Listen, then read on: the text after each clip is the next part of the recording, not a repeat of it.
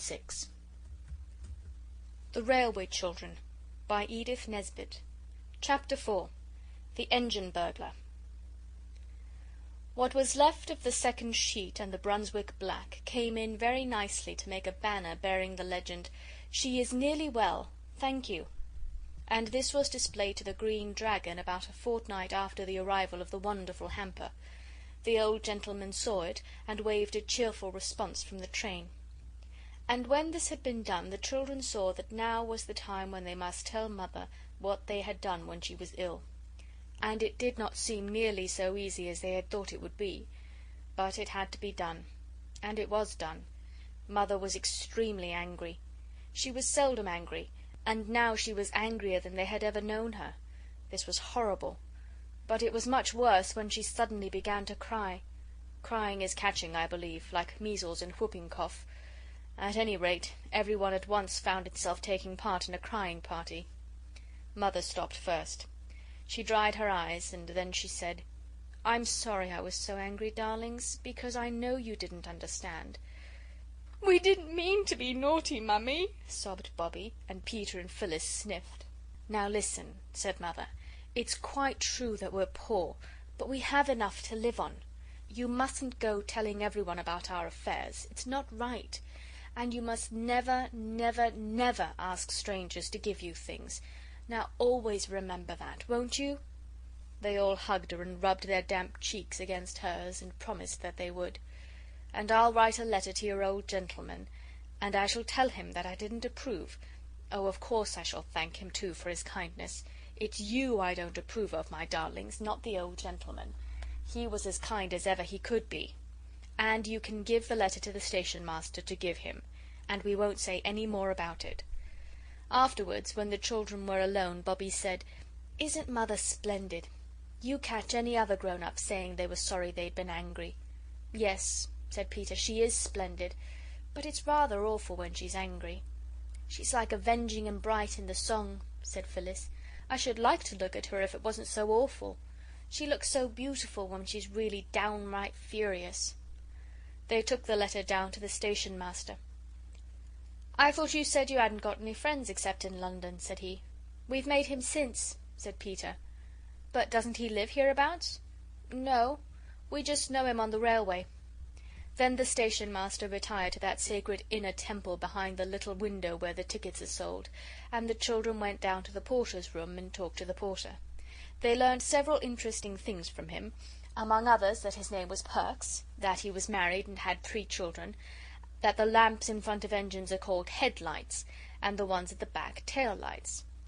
"And that just shows," whispered Phyllis, "that trains really are dragons in disguise, with proper heads and tails."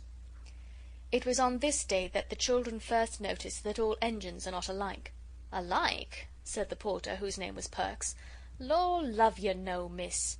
No more alike nor what you or me are. That little 'un without a tender as went by just now all on her own, that was a tank, that was. She's off to do some shunting t'other side of Maidbridge. That's as it might be you, miss. Then there's goods engines, great strong things with 3 wheels each side, joined with rods to strengthen 'em, as it might be me. Then there's main line engines, as it might be this here young gentleman when he grows up and wins all the races at his school, so he will. The main line engine, she's built for speed as well as power. That's ones of the 9:15 up." "The Green Dragon," said Phyllis. "We calls her the Snail, miss, among ourselves," said the porter. "She's oftener behindhand nor any train on the line." "But the engine's green," said Phyllis. "Yes, miss," said Perks. "So's a snail some seasons of the year." The children agreed as they went home to dinner that the porter was most delightful company. Next day was Roberta's birthday. In the afternoon she was politely but firmly requested to get out of the way and keep there till tea time. "You aren't to see what we're going to do till it's done. It's a glorious surprise," said Phyllis. And Roberta went out into the garden all alone. She tried to be grateful, but she felt she would much rather have helped in whatever it was than have to spend her birthday afternoon by herself, no matter how glorious the surprise might be. Now that she was alone, she had time to think, and one of the things she thought of most was what Mother had said in one of those feverish nights when her hands were so hot and her eyes so bright. The words were, "Oh, what a doctor's bill there'll be for this!"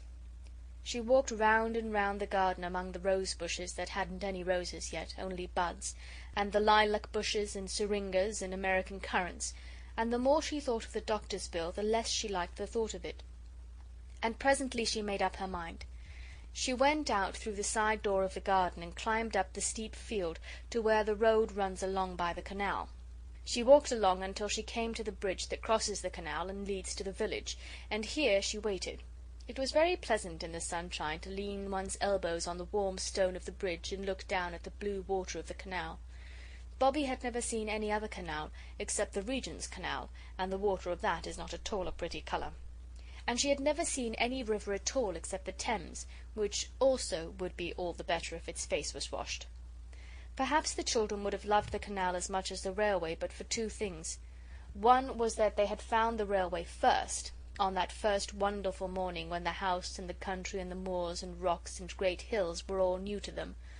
They had not found the canal till some days later.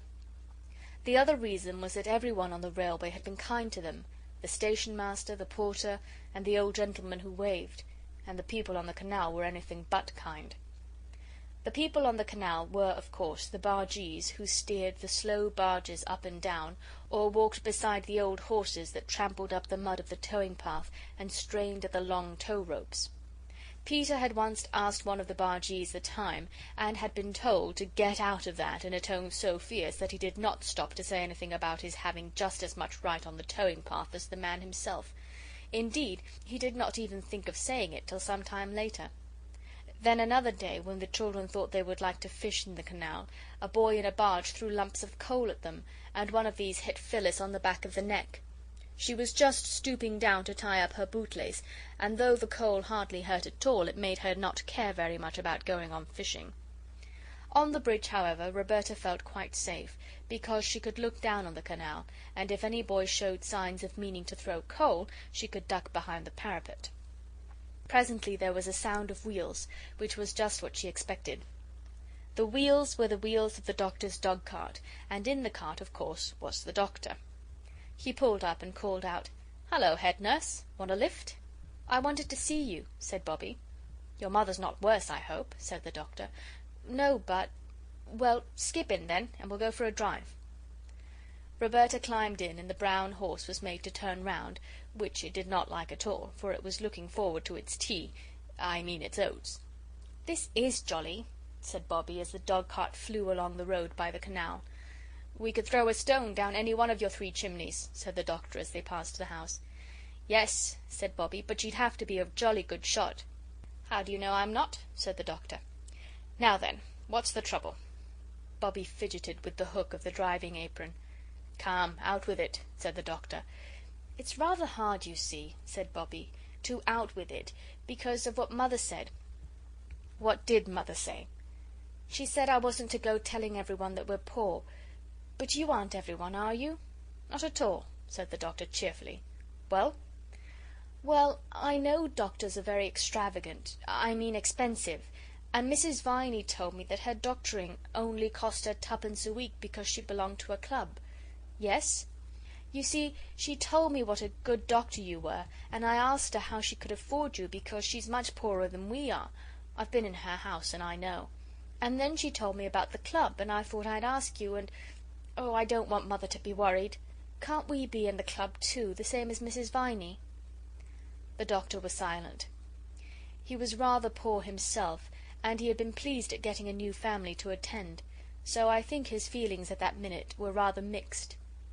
"You aren't cross with me, are you?" said Bobbie in a very small voice. The doctor roused himself. "Cross? How could I be? You're a very sensible little woman. Now look here, don't you worry. I'll make it all right with your mother, even if I have to make a special brand new club all for her. Look here, this is where the aqueduct begins." "What's an what's its name?" asked Bobbie. "A water bridge," said the doctor. "Look." The road rose to a bridge over the canal. To the left was a steep rocky cliff with trees and shrubs growing in the cracks of the rock, and the canal here left off running along the top of the hill and started to run on a bridge of its own, a great bridge with tall arches that went right across the valley. Bobbie drew a long breath. "It is grand, isn't it?" she said. It's like pictures in the history of Rome."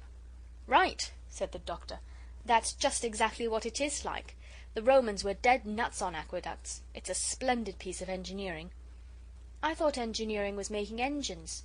"Ah, there are different sorts of engineering.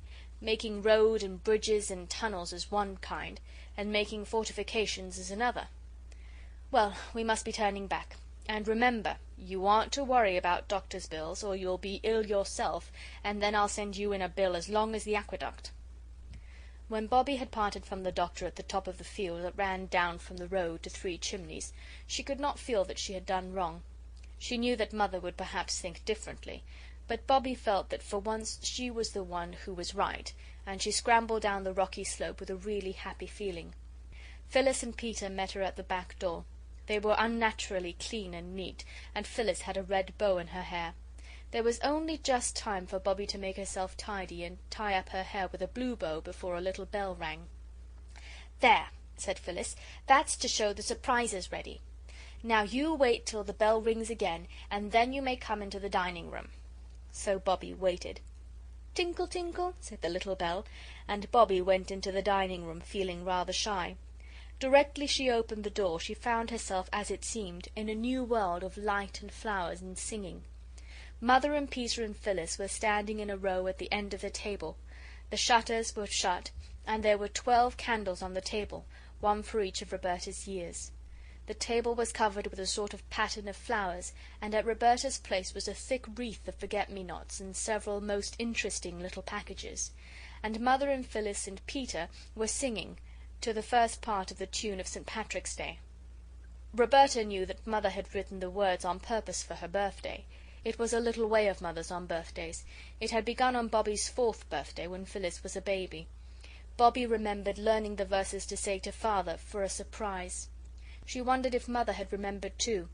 The 4-year-old verse had been: "Daddy dear, I'm only 4, and I'd rather not be more.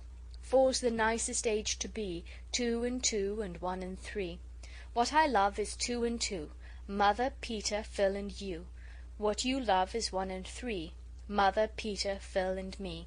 Give your little girl a kiss, because she learned and told you this." The song the others were singing now went like this: "Our darling Roberta, no sorrow shall hurt her, if we can prevent it her whole life long. Her birthday's our fete day, we'll make it our great day, and give her our presents and sing her our song.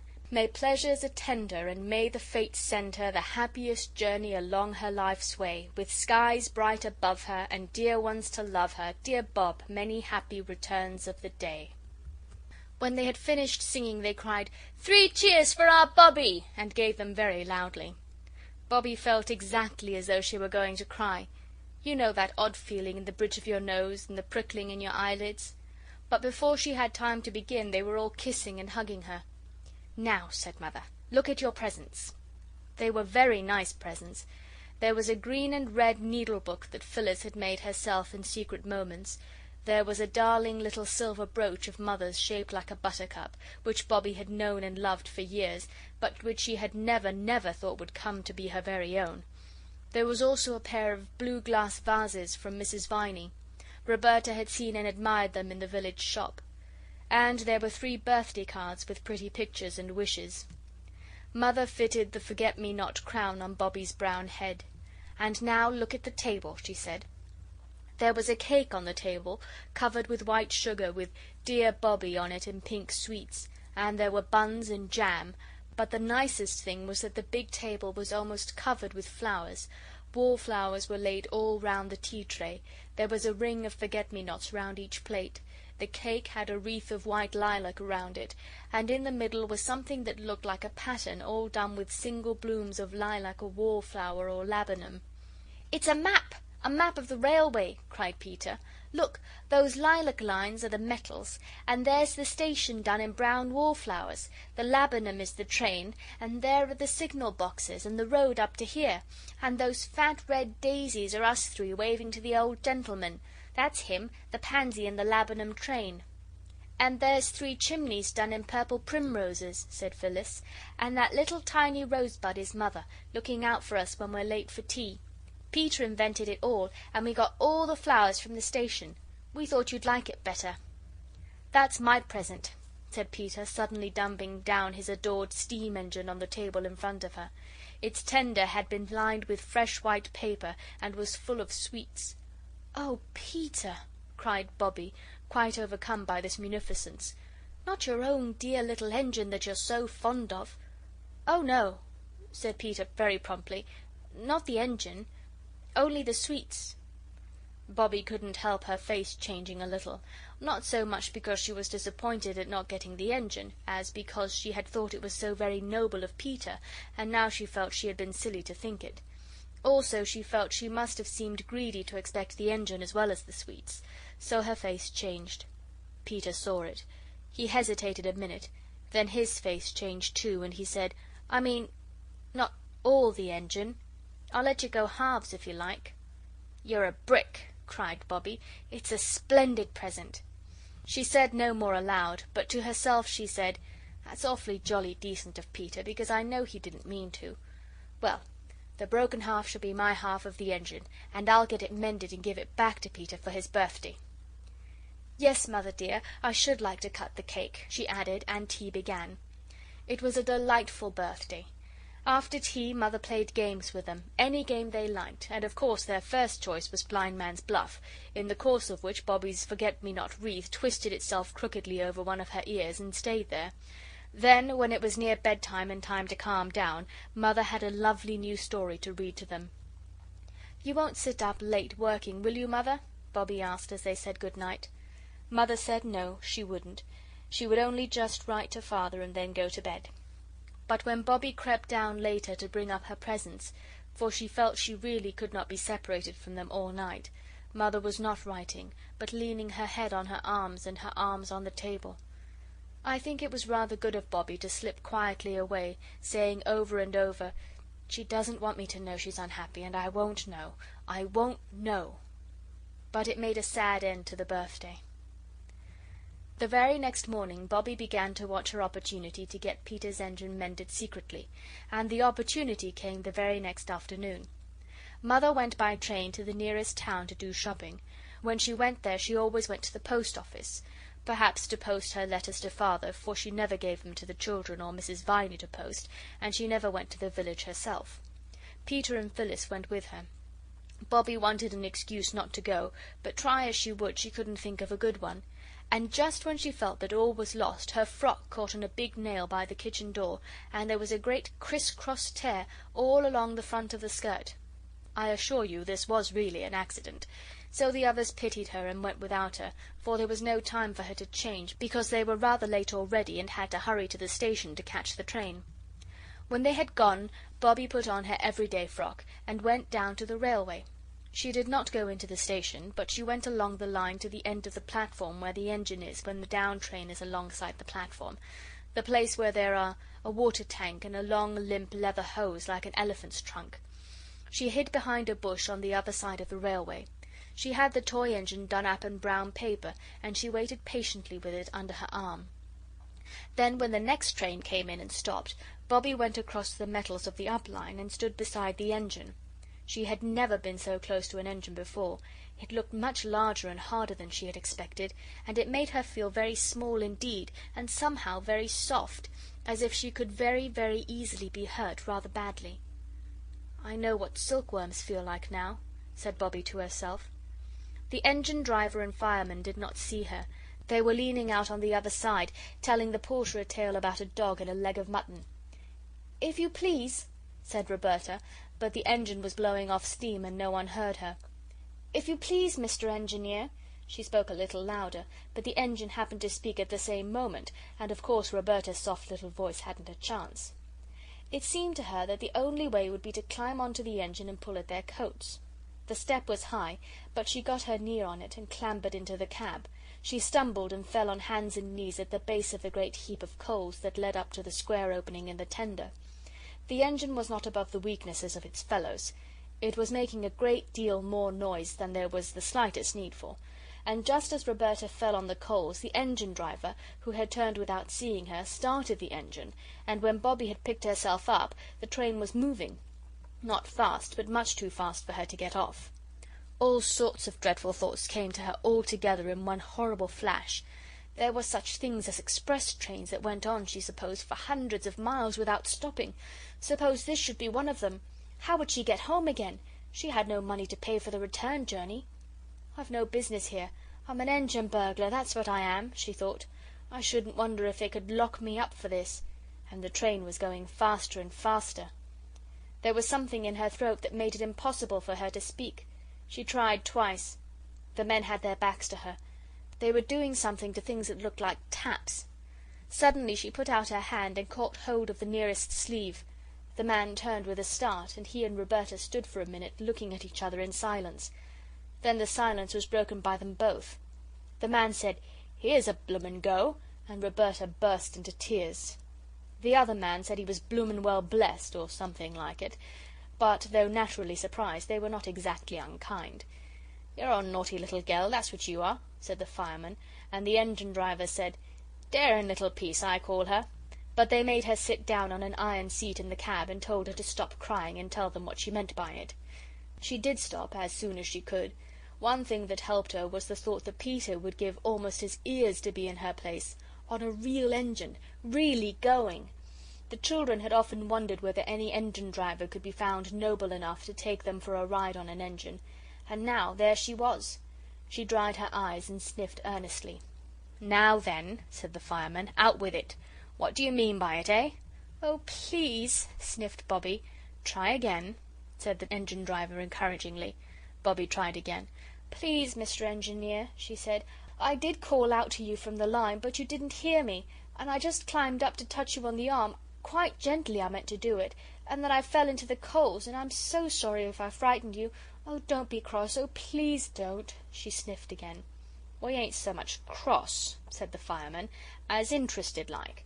It ain't every day a little gell tumbles into our coal bunker out of the sky, is it, Bill?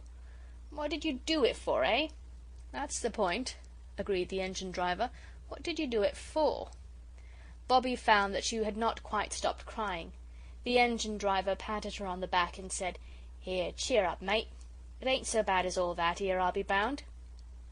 "I wanted," said Bobbie, much cheered to find herself addressed as mate, I only wanted to ask you if you'd be so kind as to mend this." She picked up the brown paper parcel from among the coals and undid the string with hot red fingers that trembled. Her feet and legs felt the scorch of the engine fire, but her shoulders felt the wild chill rush of the air. The engine lurched and shook and rattled, and as they shot under a bridge the engine seemed to shout in her ears. The fireman shovelled on coals. Bobbie unrolled the brown paper and disclosed the toy engine. "I thought," she said wistfully, "that perhaps you'd mend this for me, because you're an engineer, you know." The engine driver said he was blowed if he wasn't blessed. "I'm blessed if I ain't blowed," remarked the fireman. But the engine driver took the little engine and looked at it, and the fireman ceased for an instant to shovel coal and looked too. "It's like your precious cheek," said the engine driver. "Whatever made you think we'd be bothered tinkering penny toys?" "I didn't mean it for precious cheek," said Bobbie, "only everybody that has anything to do with railways is so kind and good, I didn't think you'd mind. You don't really, do you?" she added, for she had seen a not unkindly wink pass between the two. "My trade's driving of an engine, not mending her, especially such a hout-sizing engine as this here," said Bill. "And how are we a-going to get you back to your sorrowing friends and relations and all be forgiven and forgotten?" "If you'll put me down next time you stop," said Bobbie firmly, though her heart beat fiercely against her arm as she clasped her hands, "and lend me the money for a third-class ticket, I'll pay you back, honour bright. I'm not a confidence trick like in the newspapers, really I'm not." "You're a little lady, every inch," said Bill, relenting suddenly and completely. "We'll see you gets home safe. And about this engine, Jim, ain't you got ne'er a pal as can use a soldering iron? Seems to me that's about all the little bounder wants doing to it." "That's what Father said," Bobbie explained eagerly. "What's that for?" She pointed to a little brass wheel that he had turned as he spoke. "That's the injector." "In what?" "Injector to fill up the boiler." "Oh," said Bobbie, mentally registering the fact to tell the others. "That is interesting." "This here's the automatic brake," Bill went on, flattered by her enthusiasm. "You just move this here little handle, do it with one finger you can, and the train jolly soon stops. That's what they call the power of science in the newspapers." He showed her two little dials, like clock faces, and told her how one showed how much steam was going, and the other showed if the brake was working properly. By the time she had seen him shut off steam with a big shining steel handle, Bobbie knew more about the inside working of an engine than she had ever thought there was to know, and Jim had promised that his second cousin's wife's brother should solder the toy engine, or Jim would know the reason why. Besides all the knowledge she had gained, Bobbie felt that she and Bill and Jim were now friends for life, and that they had wholly and forever forgiven her for stumbling uninvited among the sacred coals of their tender. At Stackpool Junction she parted from them with warm expressions of mutual regard. They handed her over to the guard of a returning train, a friend of theirs, and she had the joy of knowing what guards do in their secret fastnesses, and understood how, when you pull the communication cord in railway carriages, a wheel goes round under the guard's nose and a loud bell rings in his ears. She asked the guard why his van smelt so fishy, and learned that he had to carry a lot of fish every day, and that the wetness in the hollows of the corrugated floor had all drained out of boxes full of plaice and cod and mackerel and soles and smelts. Bobbie got home in time for tea, and she felt as though her mind would burst with all that had been put into it since she parted from the others. How she blessed the nail that had torn her frock. "Where have you been?" asked the others. "To the station, of course," said Roberta. But she would not tell a word of her adventures till the day appointed, when she mysteriously led them to the station at the hour of the 3:19's transit, and proudly introduced them to her friends, Bill and Jim. Jim's second cousin's wife's brother had not been unworthy of the sacred trust reposed in him. The toy engine was literally as good as new. "Goodbye! Oh, goodbye!" said Bobbie, just before the engine screamed its goodbye. "I shall always, always love you, and Jim's second cousin's wife's brother as well." And as the three children went home up the hill, Peter hugging the engine, now quite its own self again, Bobbie told, with joyous leaps of the heart, the story of how she had been an engine burglar. End of chapter 4.